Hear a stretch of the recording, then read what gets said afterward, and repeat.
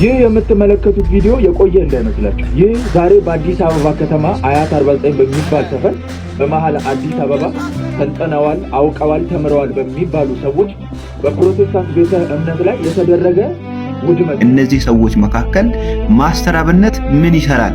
በቃ እኔ ያልገባኝ ነገር ይሄ ነው። ወይስ ማስተር አብነት እዛ ጋር የሚመረቅ ሌላ ዘመድ ነበረው? ተብሎ በየቆርቆሮ የሚሮጥ መጽሐፍ ቅዱስ እየቀደደ የሚበላ በሴቶች ላይ የሚረማመድ እንደዚህ አይነት ሰዎች ጋር እምነታችን አንድ አይደለም፣ የለንም።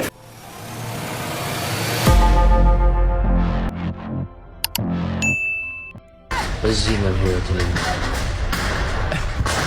በዚህ ነው ኖሬ ሰው ትታሰራለህ። ይሄ የምትመለከቱት ነገር አንድን ቤተክርስቲያን ሰዎች ሲያወድሙ ነው የሚታየው። ነገር ግን በጣም አሳዛኝ ነገር ምንድነው? ይሄ የሆነ ያለው በመሃል አዲስ አበባ ሀያት 49 መሆኑ ነው።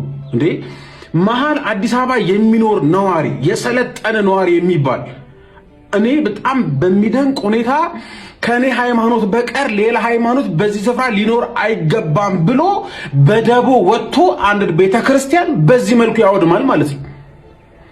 ደግሞ እኮ በቅርብ ጊዜ ውስጥ ከአንድም ሁለት ሶስት የተለያዩ እምነቶች በሆነ አካባቢ መኖር አልቻልንም፣ በሃይማኖታችን ብቻ እየተሰደድን ነው፣ እየሞትን ነው፣ እየተገደልን ነው ብለው የሚጮሁ ሰዎች ሌሎችን ሰዎች በተመሳሳይ መልኩ ለመጨቆን ሲሞክሩ መመልከት በጣም ያሳዝናል።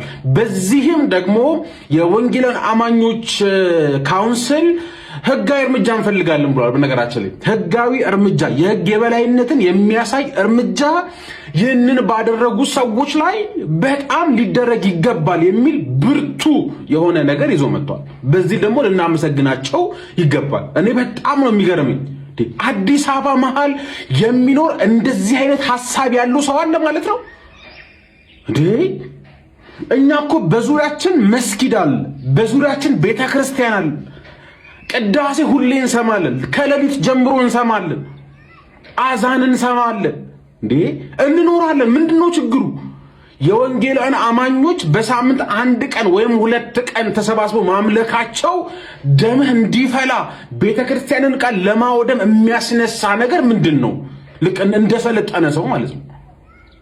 ስለዚህ መንግስት ህጋዊ እርምጃ ወስዶ በእንደነዚህ አይነት ሰዎችን ማስተማሪያ እስካላረገ ድረስ ይሄ ነገር ሄዶ በሁለት በሶስት ሃይማኖቶች መካከል ከባድ ግጭትን እንደውም ይሄ አንድ አካባቢ ላይ ብቻ አይደለም ሀገራዊ የሆነ ግጭትን ሊያስከትል ስለሚችል መንግስት ህጋዊ የሆነ እርምጃ አድርጎ በጣም በቃ መቀጣጫ ማድረግ አለበት። ይህ የምትመለከቱት ቪዲዮ የቆየ እንዳይመስላችሁ። ይህ ዛሬ በአዲስ አበባ ከተማ አያት 49 በሚባል ሰፈር በመሃል አዲስ አበባ ሰልጥነዋል፣ አውቀዋል፣ ተምረዋል በሚባሉ ሰዎች በፕሮቴስታንት ቤተ እምነት ላይ የተደረገ ውድመት ነው።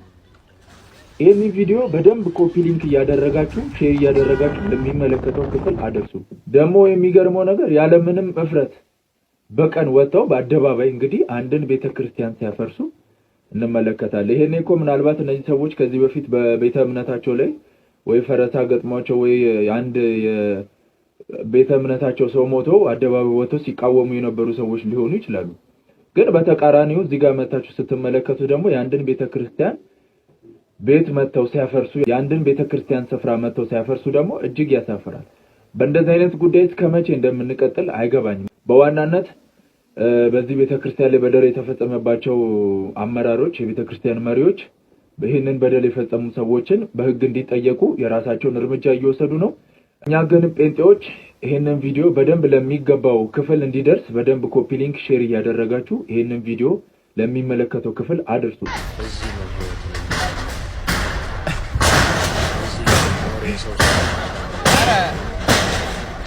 ትታሰራለህ።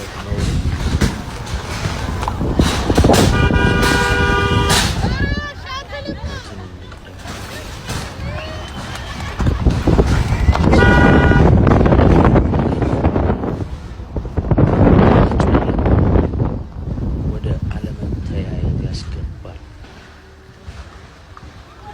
ፖሊስ ጣቢያ እዚህ ነው።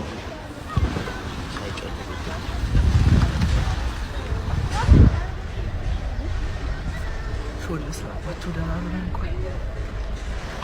pues, pon Marcos, que era.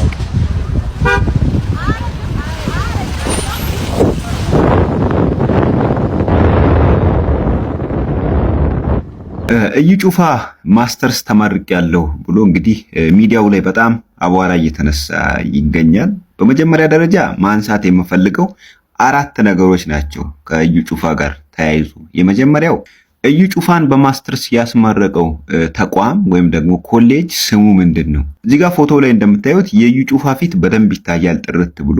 ለምንድነው የተቋሙ ስም ላይ ብለርድ የተደረገው? ለምንድን ነው? የተቋሙ ስም ምንድነው? ማወቅ እንፈልጋለን። አንደኛው እሱ ነው። ሁለተኛው እዩ ጩፋ በተመረቀበት ቀን ብዙ ተመራቂዎች ነበሩ፣ ግን ሜን ካራክተር ተደርጎ የተወሰደው እሱ ነበረ። ለምን አስፈለገ? ብዙ በማስተርስ ከሱ ጋር የተመረቁ ሰዎች አሉ።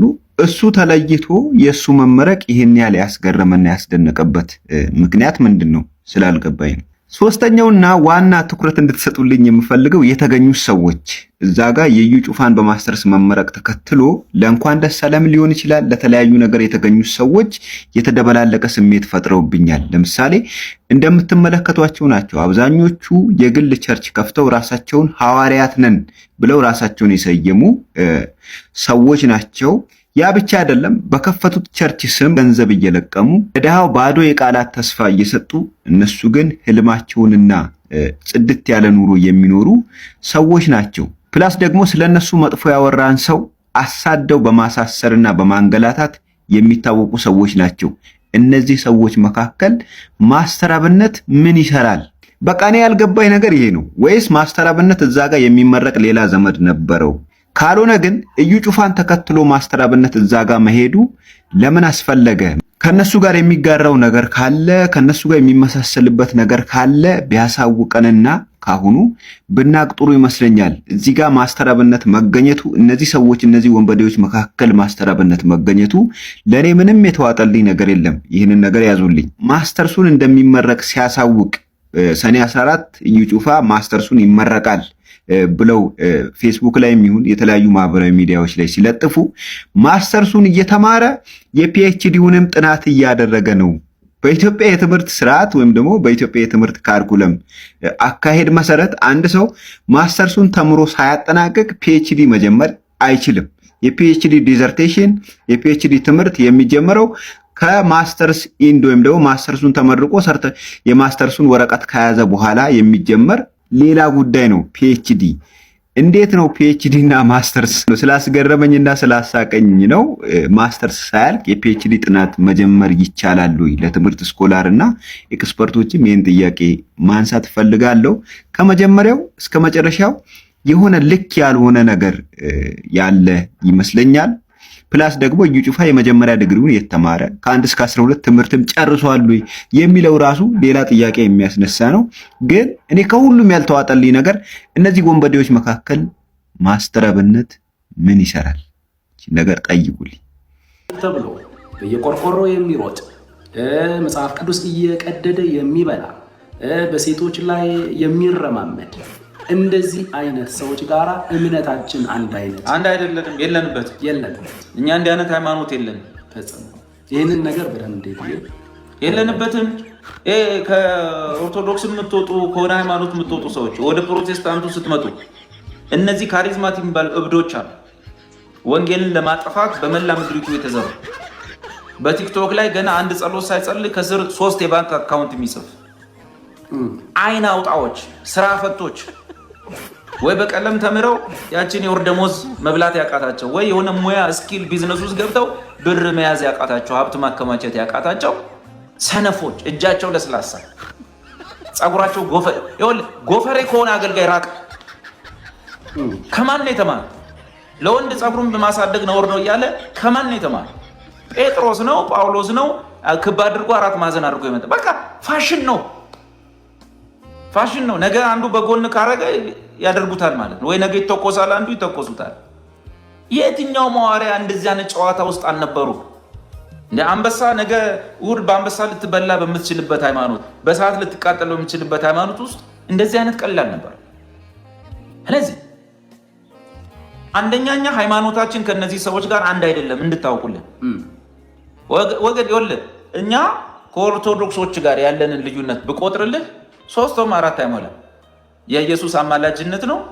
እናንብ ካሉ መጽሐፋቸውን እንደሚያማልድ እነሱም ሊያውቁ ይችላል። ቢያንስ በአሐዱ ወልድ ከእግዚእነ ኢየሱስ ብሎ ብዙ ልዩነት። የገንዘቡ በር ተነቅሎ አየሁት። የሞገሱ በር ተነቅሎ አየሁት። የኃይሉ በር ተነቅሎ አየሁት። የዘጋብኝ ተነቅሎ አየሁት። ከኋላ የተከተል ሰው አጥማጅ አደርግሃለሁ አለው ጴጥሮስን። ሰው ይጠመዳል፣ ግን እነ ጴጥሮስ ሰውን የሚያጠምዱት በእግዚአብሔር ቃል እውነት ለመንግስቱ ነው የሚያጠምዱት እንጂ ሰውን በምኞቱ ለገዛ ምኞታቸው ግብአት አይደለም የሚያጠምዱት። ብዙ ሰው ምኞት ስላለበት እነዚህን ሰዎች ይሰማል፣ ግን ምኞቱ መጥፊያው እንደሆነ አያውቅም። እግዚአብሔር በዚህ ህይወት የሚያስፈልግህን ነገር ሁሉ ያዘጋጅልሃል። እግዚአብሔር ግን ምኞትን አይሞላልህም።